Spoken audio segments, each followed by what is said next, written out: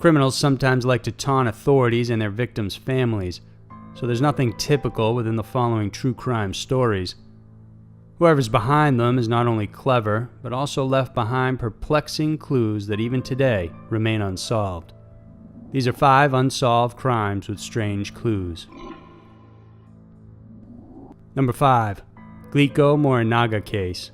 Monster with 21 Faces. On March 18, 1984, 2 armed masked men broke into Katsuhisa Zazaki's home in Japan. Once inside, they bound his wife and daughter. Zazaki was hiding with his 2 other children inside the bathroom, and that's when they kidnapped him. Zazaki was the CEO of Glico, a company that made candy and ice cream. The next day, the captors called the director of Glico and demanded 1 billion yen and 100 kilograms in gold bullion. The company managed to buy some time, and luckily for them, Zazaki actually managed to escape from his captors just 3 days later on March 21st. The company thought it had dodged a huge extortion case, but things were only just getting underway.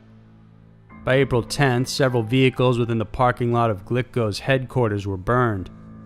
6 days later, they found plastic containing hydrochloric acid along with a threatening letter.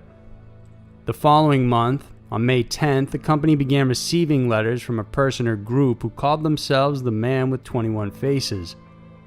The threats were very serious, and they said that they had laced Glico's candies with potassium cyanide soda.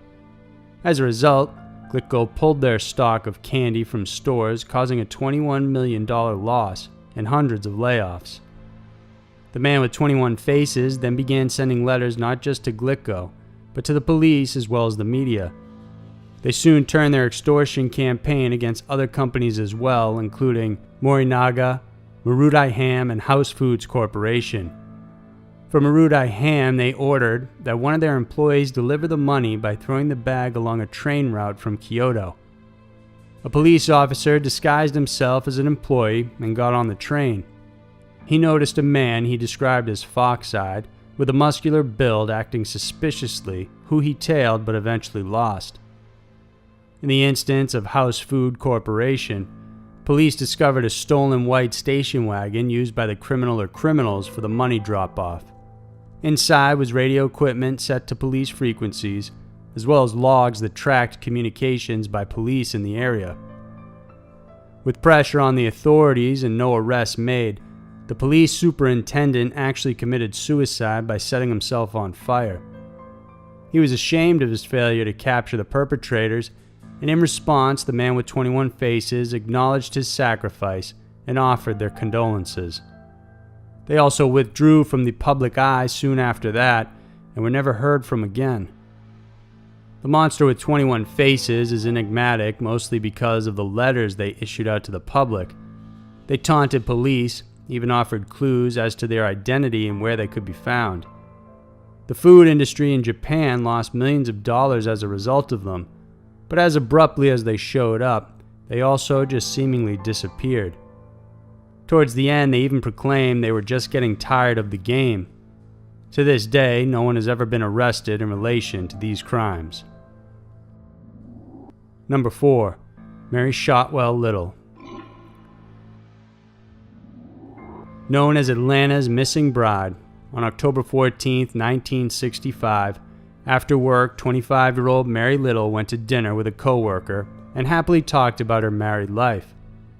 By 8 p.m., she was headed back to her car, but she was never heard from ever again. When police investigated her disappearance, they found clues inside her vehicle. Her Mercury Comet was found in Lenox Square and was covered in red dust as if it had been driven down a dirt road. Inside were grocery bags, Coke bottles, a pack of Kents, and women's undergarments, including a slip, underwear, bra, girdle, and a single stocking neatly folded sitting on the console. The stocking, however, looked like they had been cut by a knife, and there were blood smears all along the interior. The car engine was cold, and no keys were inside. A massive search for Mary occurred over the next 5 days, and every police officer available was put on the case. The bloodstains were found to be Mary's blood type. Some friends told investigators that Mary had been afraid of being home alone in the days just prior to her disappearance. She had received flowers from a secret admirer, as well as several unusual phone calls at work. However, Mary never told friends or family any further details. Police soon received word that a gas station attendant from Charlotte, North Carolina, where Mary was originally from, had a receipt with Mary's signature. The attendant said he recalled attending to a car with a man and a woman inside. The woman was lying in the front seat with a road map over her face, and she appeared to have a head injury and blood on her clothes. The attendant gave the credit card to the man, and then he gave it to the woman where she signed Mrs. Roy H. Little. She was also reportedly seen by another attendant, this time with two men in the car. One tantalizing clue about the case was found in November of 1965, when a boy in DeKalb County, Georgia, found a scribbled note at the bottom portion of a deposit pouch addressed to the same bank Mary worked for. The scribbled note read, "Help, Mary Little being held captive." The note was analyzed by the FBI and said it looked promising and could have been written by Mary herself, but despite this, no other leads would help investigators find out what happened to Mary Little. Incidentally, another young woman named Diane Shields worked in the same bank Mary had.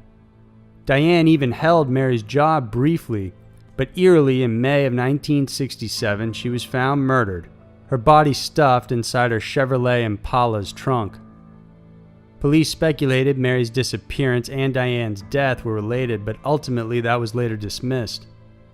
The odd thing is that Diane was noted as telling her sister she was working with the police to investigate the death of a girl named Mary. However, her family has since refused to comment about the investigation, and even Mary's own mother refused to cooperate after Diane's death happened. Today, Diane's case still remains unsolved, just like that of Mary Little. Number 3. Annette Sagers. It was October 4th, 1988 in Mount Holly, South Carolina. 11-year-old Annette Sagers was on her way to school, standing at the bus stop in front of the Mount Holly plantation at 7 a.m. Her dog was standing beside her as they waited for the school bus bound for the Westview Middle School. 20 minutes later, the bus arrived at the stop, but no one was there. Later in the afternoon, when Annette didn't arrive home, her stepfather Stephen called the school and found out Annette never arrived there in the first place. He rushed to the bus stop only to find a mysterious note that said, "Dad, Mama came back. Give the boys a hug." The boys being referred to were her two younger stepbrothers, Thomas and James. You see, Annette's disappearance and her mysterious note wasn't the only thing baffling about the case. A year before, Annette's mom, Corinna, left home to go out for a drive. The family lived at Mount Holly Plantation, where Stephen, Annette's stepfather, was a caretaker. After Corinna and Stephen got into an argument on November 21st of 1987, Corinna told them she was going out for a drive to calm down. She left sometime between 11 and 11:30 p.m. And the following day, when she didn't show up for work, her boss looked for her and found her abandoned car just outside the plantation, close to where Annette had disappeared a year later. It was hard for Corinna's family and friends to believe that she would run off and leave behind her children, and they always suspected that something much more sinister was happening. Experts who studied the mysterious note left behind at the bus stop concluded that it was written by 11-year-old Annette, although it seems it was done under duress. Despite investigations, no leads were ever found regarding the whereabouts of Annette or her mother. Stephen relinquished his rights to his two sons, Thomas and James, soon after Annette disappeared. He then moved to Florida, remarried, and had several children, while his two sons bounced around from one foster home to another. He started a completely new life because either the loss of his wife and stepdaughter was so great that he just had to do it, even at the cost of giving his two sons away, or because a new life was what he wanted all along. Today, the brothers still hope to find out what happened to their sister and mother. Corinna was only 26 years old when she disappeared. Number 2. Zach Ramsey. In Great Falls, Montana, it was another ordinary day for 10-year-old Zach Ramsey. On February 6, 1996, at 7:30 a.m., he left his apartment, and with only 6 blocks between him and the school, he took a route through an alley. However, Zach would never make it to school that day. After an initial search, his mother called police, and they went door to door interviewing friends and neighbors in order to retrace Zach's steps. More officers were mobilized and a massive search effort was conducted. A neighbor informed police that he saw a small, off-white vehicle driven by a man parked inside the alley nearby. Several others said they saw Zach around 7:30 walk into that alley, leaving no doubt on the route he took. The case expanded, and the search continued, but no trace of Zach was ever found. Police honed in on several suspects, and at least one detective, 18-year veteran Bill Belushi, had a gut feeling the person responsible was a man named Nathaniel Barjona. Barjona was born David Paul Brown. He was known to the detective when he investigated the sexual assault of an 8-year-old boy. Apparently, Barjona was babysitting the boy while his parents were away for the evening. He denied the assault and commented to the officer that if he did commit the act, he would have killed the boy instead, and this comment embedded itself in the officer's mind. Despite an extensive history of pedophilia and assault in Massachusetts, where he was from, Barjona wasn't listed as a sex offender in Montana. He had assaulted young children since he was just 7 years old. He proceeded to commit more abductions, including one in September of 1977, when he kidnapped 2 boys.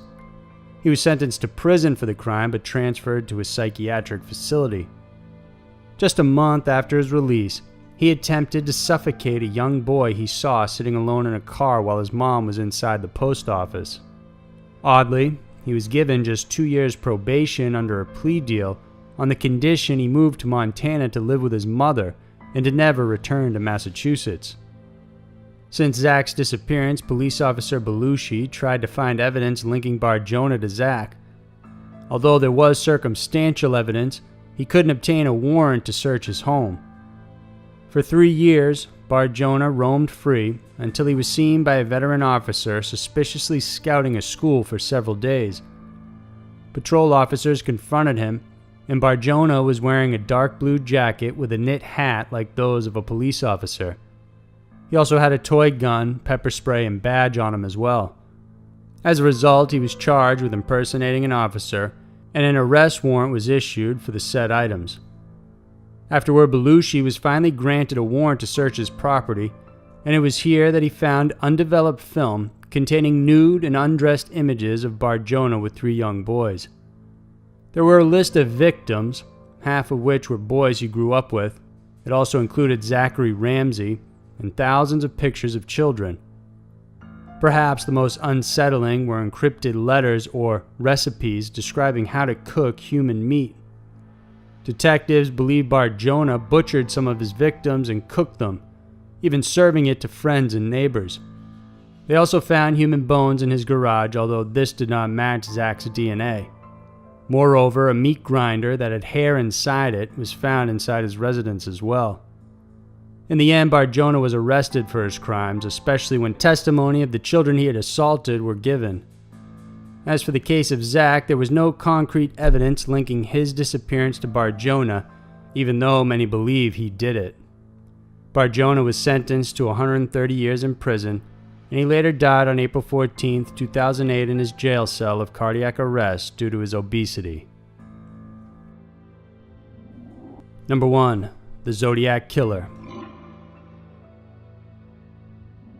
The Zodiac Killer is an infamous serial murderer that hunted in Northern California during the 60s and early 70s. He's linked to 5 murders spanning from 1968 to 69, but may have injured and killed many more. The first known victims linked to the Zodiac were Betty Lou Jensen and David Faraday. On their first date, they drove out to Lake Herman Road, a well-known lover's lane, at around 10:15 p.m. on December 20th, 1968. A little after 11 p.m., their bodies were found by a nearby resident. Police studied the scene and believe a second car followed and parked right next to the couple. The killer got out, approached the other vehicle and may have even ordered the couple to get out. When Faraday was halfway out, he was immediately shot. Jensen ran away before she too was gunned down and killed. 6 months later, on July 4, 1969, the Zodiac killed another couple using the same MO. This time, however, a man called the Vallejo Police Department informing them about the crime and taking responsibility for it.